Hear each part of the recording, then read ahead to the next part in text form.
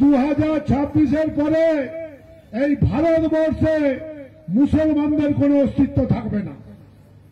এমন আইন আনছেন মোদীবাবু, কোন মুসলমানের এই ভোট দিবার আরো একটা লোক 4টা বউ 26টা বাচ্চা, কারো কোনো অধিকার থাকবে না এই ভারতবর্ষের মাটিতে। দেশ সেই দিকেই আগাচ্ছে। মুসলমান হটাও, ভারতবর্ষ বাঁচাও। আচ্ছা, এর বাড়ি হচ্ছে অন্দাতে, অন্দা ওয়েস্ট বেঙ্গলের মধ্যে অমরনাথ। বিজেপির একজন জনকর্মী এবং বিজেপির একজন চুদরে নেতা। হ্যাঁ, এ কিনা বলছে 2026-এ এমন ব্যবহার হবে মুসলিমদের সঙ্গে, এবং আমাদের মোদি এমন আইন নিয়ে আসছে যে কিনা 2026-এ 4টে বউ আছে যার, 26টা বাচ্চা আছে যার, তাদেরকে ভারতবর্ষে রাখা হবে না এবং কোনো মুসলিমকেই রাখা হবে না, আর এইসব নিয়মও চলবে না। আচ্ছা, আমি একটা কথা বলি, তুমি যে কথাটা বলছে আমি তাকে বলছি, তুমি তো 4টে বিয়ে করতে পারবে না, তোমার তো সে ক্ষমতা নেই, কারণ তোমার তো দম নেই। তোমার 4টে বিয়েটা হবে কি করে? তুমি একটাকেই সামলাতে পারো না, তুমি 4টে কি করে করবে? 4টে যে করেছে তাকে দেখে তোমার নজর জ্বালা করছে। এর কথা হচ্ছে এটাই, ভারতবর্ষে কে 4টে বিয়ে করবে, কে 10টা বিয়ে করবে, সেটা তার ব্যক্তিগত ব্যাপার। যার ধর্মে, যার শরিয়াতে যেরকম আছে সে সেরকম করবে। কোনদিন মুসলিমরা বলেছে হিন্দুরা 2টো বিয়ে করতে পারবে না?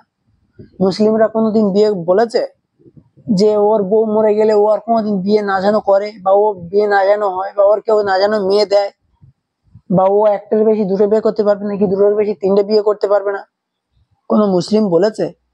না, মুসলিম তো এটা বলেছে যে ওর 5টা বাচ্চা আছে, ওর একটা বাচ্চা নিতে বলো।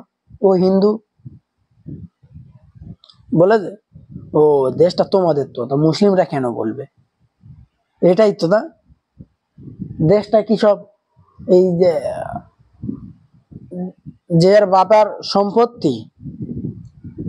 ভারতবর্ষটা মোদির বাবার সম্পত্তি, অমিত শাহর বাবার সম্পত্তি, যোগী আদিত্যনাথের সম্পত্তি, এই অমরনাথের বাবার সম্পত্তি, শুভেন্দু অধিকারের সম্পত্তি বাবার।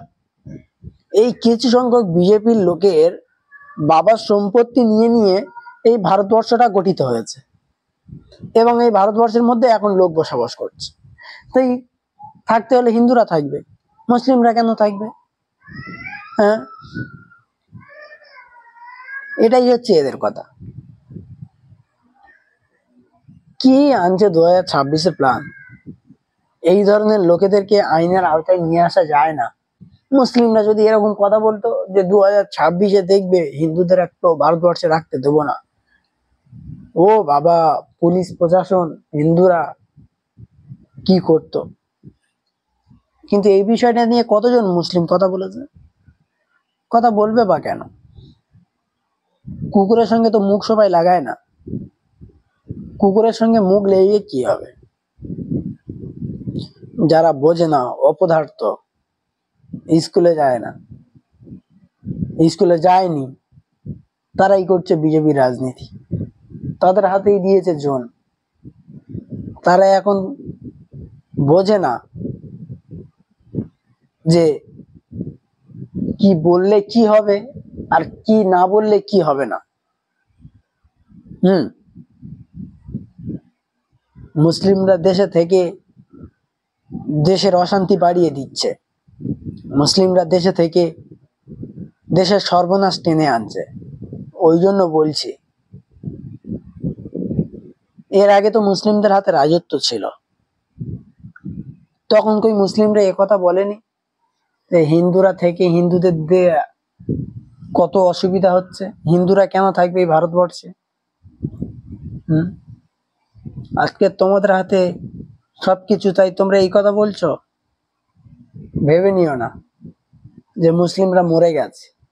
মুসলিমদের হাতে আবারও ক্ষমতা আসবে, দেখবে সেদিন কত ধানে কত চাল। এতটুকুই বলার। দেখার হলো, দেখা হবে পরের ভিডিওতে।